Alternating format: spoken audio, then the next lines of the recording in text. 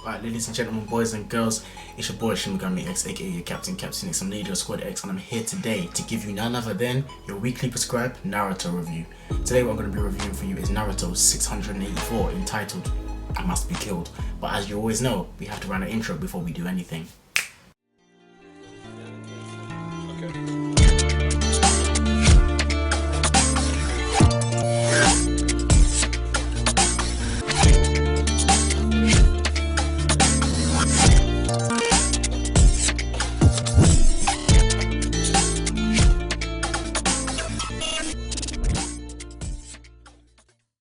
This chapter of Naruto is quite a lengthy one, so we have quite a few things to talk about. So let's start from the very get-go.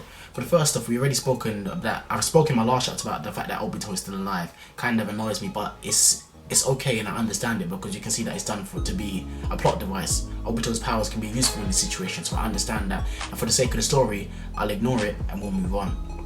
Alright, speaking of Obito, he's able to sync his basically his Kamui with Kaguya's dimension. Obviously once she opens it, Naruto is thinking of different ways of what's most effective against Kaguya, knowing that there's no point using any kind of big techniques, for example any Biju Dama Rasen Shurikens, because she'll just basically absorb it or negate it or do something to it. Basically it's not going to work on her. So the best methods are diversions and taijutsu.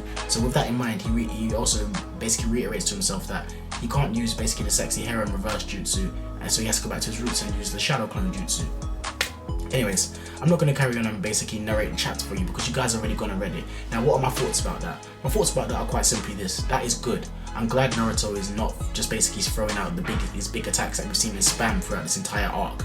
I'm glad that he's actually somewhat using his head a bit more. It seems like every fight Naruto gets in, he seems to improve with every fight. It shows that he's progressed a lot from that kid that didn't think about strategy or anything to a very clever tactician, coming close to the level of Sasuke. Whether you agree with me or not, that's up to you. Feel free to illustrate your feelings in the comment section below. Anyways, let's move on. As the most confusing part of this chapter is basically when Kaguya basically destroys what is supposed to be quote unquote the real Naruto, but then for some reason the other clones haven't disappeared yet. Like the rest of his shadow clones are still around. That can only mean one thing, that Naruto is still alive, and that can mean two things. Sorry, one, either Naruto is still alive, or two, that wasn't the real Naruto. Alright, the reason I believe that that was the real Naruto and Naruto is still alive is simply because of this. We've seen Madara basically having his entire torso blown off, being cut in half, and still being able to function and come back to life. He had regenerative properties, and what we've seen Naruto be able to do, such as revive people of the likes of Obito, who was actually pronounced dead, and Guy, who was supposed to die, also healing Kakashi's eye, suddenly being able to float. Naruto is able to do almost basically godlike things, so it does make sense that he's able to be almost completely obliterated and still be able to be alive and come back. It seems like when you obtain the Sage of the Six Paths power, that the only way that you're able to be defeated is to be sealed. That's what it seems like to me, or you will die of old age. One of the two. Now, another thing that seems to kind of slightly annoy me / disturb me in the chapter: who is the main villain of this arc? Seriously. Because at this current time, I'm starting to think it's Black Zetsu.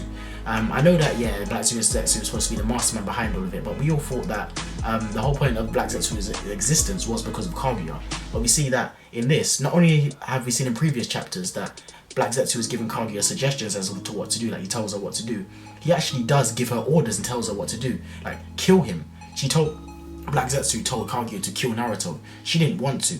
She's the goddess, so why is she taking orders from something that she spawned? It's like in Hunter x Hunter, it's like the King Meruem taking orders from any of his royal guard. Does it make sense? No, you would have figured that the main villain would be like, very headstrong and they'll just, do whatever it is that they want to do. But at the same sense, as much as that is disturbing, I do like that about Kaguya's character. And the reason I say that is because it breaks the trend from your typical villain. It's like, oh yeah, I'm all powerful now, I don't listen to anybody, I don't listen to reason because I have this godlike power. And I think that's what makes her an even more dangerous villain, is the fact that she's able to listen to reason and take on suggestions, knowing that, okay, she doesn't want to be sealed, so she has to kill Naruto because quite evidently Naruto has the power to seal her. Obviously not on his own, but he can. Anyways, now another thing that I thought was interesting as well is when Black Zetsu said it's much better than our plan being ruined. Our plan. What is Kaguya's plan? I thought Kaguya's plan was just basically to reunite all chakra.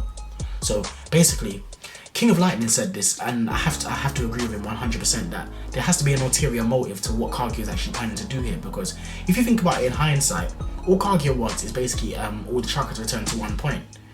But surely she has a way to do that without killing people. I'm pretty sure she does. So even when Kaguya was first introduced, one of the first things she said, like, let's stop this fighting, you can see that Kaguya doesn't really like fighting. But obviously, if anybody opposes her, she'll do what she has to.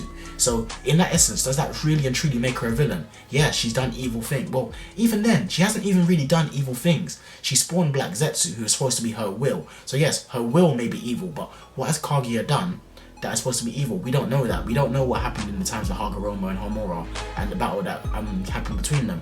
So we don't know how quote-unquote evil she is. In my opinion, I believe that Madara Uchiha was more of a quote-unquote evil or villain per se.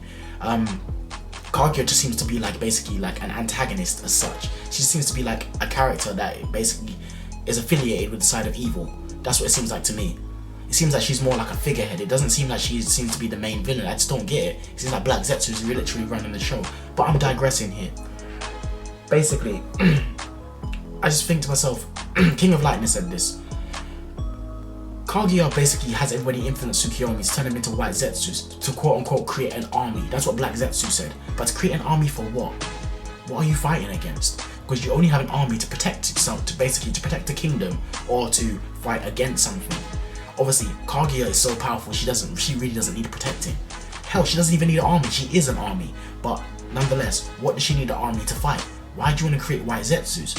What is your plan? That's what I don't understand, and that's kind of also taken away from the character. But as I was saying before, what adds to the character is the fact that she's not the typical shonen cliche villain that will just, like, gets power hungry and takes no suggestions from nobody. And that's what I like about Kaguya or Otsutsuki in just basically her character in general. Now, as for a chapter, it says that basically the main Naruto's chakra can't be sensed, and basically those of the clones that were in that dimension are gone as well. And that makes sense that they can't sense them anymore, because obviously that Naruto was quote unquote destroyed. But obviously we know that the other Naruto clones have not vanished yet. So if that's the case, then we know that Naruto is still alive. So yeah, that's nothing to worry about. And of course we know that the main character isn't going to die. Not at this late in the series, and with all the progression that he's made and all the symbolic messages behind, his power progression and stuff, all those split panels, all things of that nature, it's not going to happen. So we can brush that aside. So basically, the main thing is, it just makes sense that basically nobody can sense Naruto's chakra, since him and his clones are out of that dimension. I've never known anybody to be able to sense chakra through dimensions. The Edo Tensei Hokage tried to sense their chakra, but they couldn't. So that's when Tobirama made the analogy like several chapters ago that they must be in another plane if they can't sense their chakra. And here we go again, as we know it's promotion time. Hello everybody, I'd like for you guys to check out my Facebook fan page, where I let you guys know everything that's going on with my channel, going on with me, my personal life, where you guys can ask me any questions to do about any particular chapter or anything that's bothering you in general. If you just want to hit me up and holler at me, that's the place where you do it. And the link is always in the description below, so go and like Squad X fan page. We've also hit 50 likes, so I want to give a congratulations and a thank you to everybody who's done that for me. And also, I'd also like you guys to basically like the page Squad 00 Universe, which link is always in the description below again. This isn't just endorsed by myself, it's endorsed by the likes of Charles' Anime World, The Elite Ace, Tekken 101, Northside Z, Mr. Antilock, and so many other famous YouTubers. And basically manga reviewers that you guys are probably subscribed to, where you can also get our thoughts, our opinions on certain things, and ask us general questions. We have general discussions about different anime, manga, and games as well. It's just a nice place for all anime fans alike and YouTubers to chill out and relax. So like Squad X fan page and like Squad 00 fan page, which links are always in the description below. And there is just enough promotion time.